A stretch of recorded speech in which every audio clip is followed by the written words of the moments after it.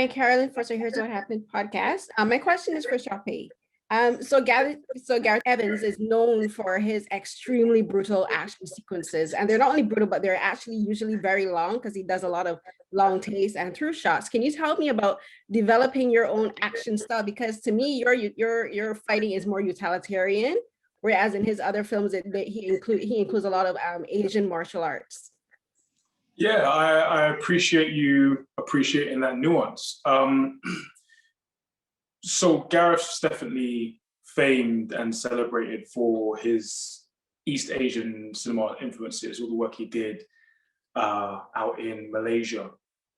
And I suppose when we were bringing that to Gangs of London, we wanted it to make sense for the character. Like, Elliot's not been out in Malaysia, Indonesia.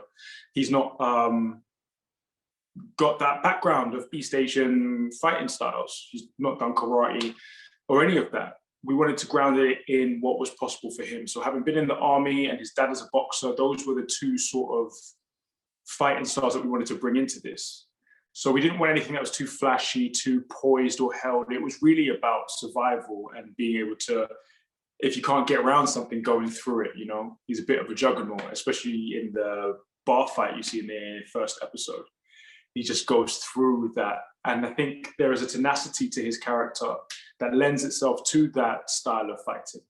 So it was a team effort. We came together and thought, like, once I built the background of the character with their help, what made sense to him when he's in those desperate situations? What are his foundations? What does he lean on? And it was about going forward, you know? So yeah, thank you for appreciating that difference, that nuance in the violence, because a lot of people just sort of hide behind their pillows and be like, that was I love the fight styles in this one, and just like the way you just like move through the scenes. The one with the axe and the cutlasses. What? No, okay, thanks. I move on. Yeah, thank you. Thank you for enjoying that. Hey, Carolyn again. So my question is for both Paapa and Pippa.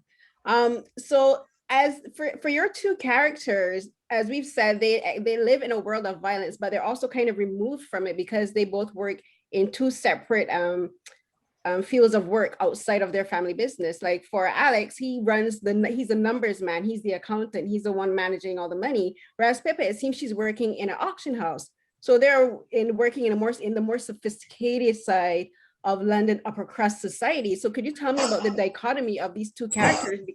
Because I think it's very interesting that they're not only Black, but they're working in what would be perceived as, you know, the white collar world, but they have this dark side of their own history, and like they're existing in a space that these people that they work with have no idea about. Well, I think when we did rehearsals, we discussed, and backstory and stuff, we discussed about like the private education system in this country, and that Paapa and I would have, you know, Alex and Shannon would have definitely gone through that system. And so, you know, within that system there comes a network of sort of, working in auction houses and getting jobs at accountants and going to good universities and things like that. But yeah, I guess it's nice that you do see them in completely normal environments, and yet at home it's guns and blood and shooting. But again, going back to what I said in terms of that's what they know how to balance both worlds really well, and Ed's taught them how to do that, and it's part of the day-to-day. Would you agree, Pete? I suppose to build on that, it's also about like how do you take on the legacy that's left to you by your parents? You know, like we're all kind of like in equal parts crushed by the legacy that our parents leave us, and also want to run with it and create something for ourselves. And I think that's something that's definitely in the minds of both Shannon and Alex. Like they want to kind of make their mark as independent individuals, you know? They don't want to kind of like run away from who they are and run away from being Domanis. They're proud Domanis, but they want to be their own kind of Domanis, and that's a modern kind of Domani, you know? The world moves at such a great pace, at such a great rate, and I think both of the kids realize what their skill sets are very early, but are still really highly achieving and highly motivated and highly ambitious. So in the same way that Ed and you know, the generation before us had been kind of like fighting for supremacy or fighting for to, you know, take the neighborhood, whatever. We've got that same ambition. We've just got a different way of doing it and a different means of doing it, which which probably speaks more to their contemporary world. So yeah, it is definitely a dichotomy, and I think in the events of the show, we're all put up against that, and we're forced to kind of make a decision what kind of person we want to be, what kind of person we see ourselves as.